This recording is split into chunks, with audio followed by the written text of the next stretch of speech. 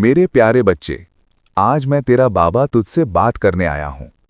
तू ये मत समझ कि तू बस ऐसे ही बैठा था और अचानक ये संदेश तेरे सामने आ गया।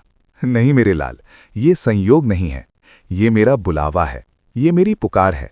जैसे कोई माँ अपने बच्चे को पुकारती है जब उसे लगता है कि अब उसका बच्चा संभलने को तैयार है, वैसे ही मैंने तुझे बुलाया है। कभी जीवन में ऐसा भी समय आता है जब इंसान थकान को भी महसूस करना छोड़ देता है।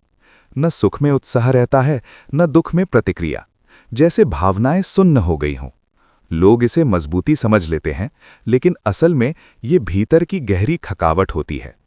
यही वो क्षण होता है जहां आत्मा धीरे से शिव की ओर देखती है। शिव ऐसे समय में कोई समाधान लेकर नहीं आते, वो बस साथ बैठ जाते हैं, बिना सवाल किए, बिना समझाए। यही उनकी सबसे बड़ी करुणा है। जब पूरी दुनिया सलाह देती है, तब शिव मौन देते हैं, और कई बार वही मौन सबसे बड़ा उत्तर बन जाता है। जो व्यक्ति इस मौन में टिकना सीख लेता है, उसके भीतर एक नई समझ जन्म लेती है।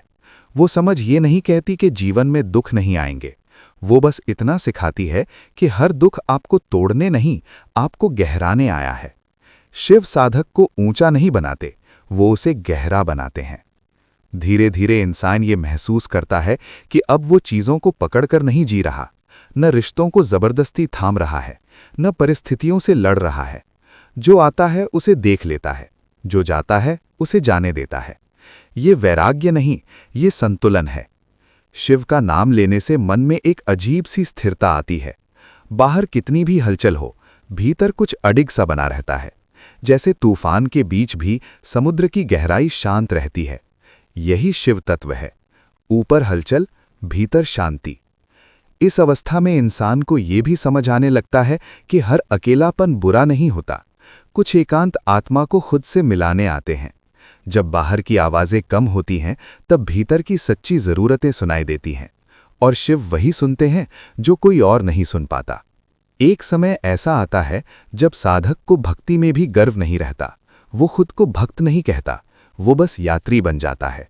उसे पता होता है कि मार्ग लंबा है और वो अभी सीख ही रहा है। यही विनम्रता शिव को सबसे अधिक प्रिय है। शिव के मार्ग पर चलने वाला व्यक्ति दूसरों को बदलने की कोशिश छोड़ देता है। वो जान जाता है कि परिवर्तन बाहर से नहीं, भीतर से शुरू होता है। जब भीतर शांति आती है तो बाहर के रिश्ते अपने आप बदलने लगते हैं। और सबसे सुंदर बात यह होती है कि साधक अब जल्दबाजी में नहीं रहता। उसे सब कुछ अभी नहीं चाहिए। वो समय को सम्मान देने लगता है, क्योंकि उसे भरोसा हो जाता है कि जो उसके लिए है वो उसे सही समय पर मिलेगा। शिव नाम जप धीरे धीरे मन को ये सिखा देता है कि जीवन को नियंत्रित नहीं, स्वीकार किया जाता है। नियंत्रण अहंकार से आता है, स्वीकार श्रद्धा से। और जहां श्रद्धा होती है, वहां डर टिक नहीं पाता। एक दिन इंसान ये महसूस करता है कि वो पहले से हल्का है।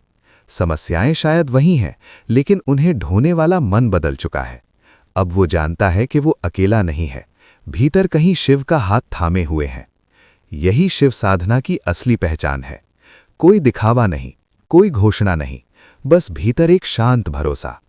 अगर ये शब्द आपके मन में ठहर पा रहे हैं, तो समझ लीजिए आप सही दिशा में चल रहे हैं। बस नाम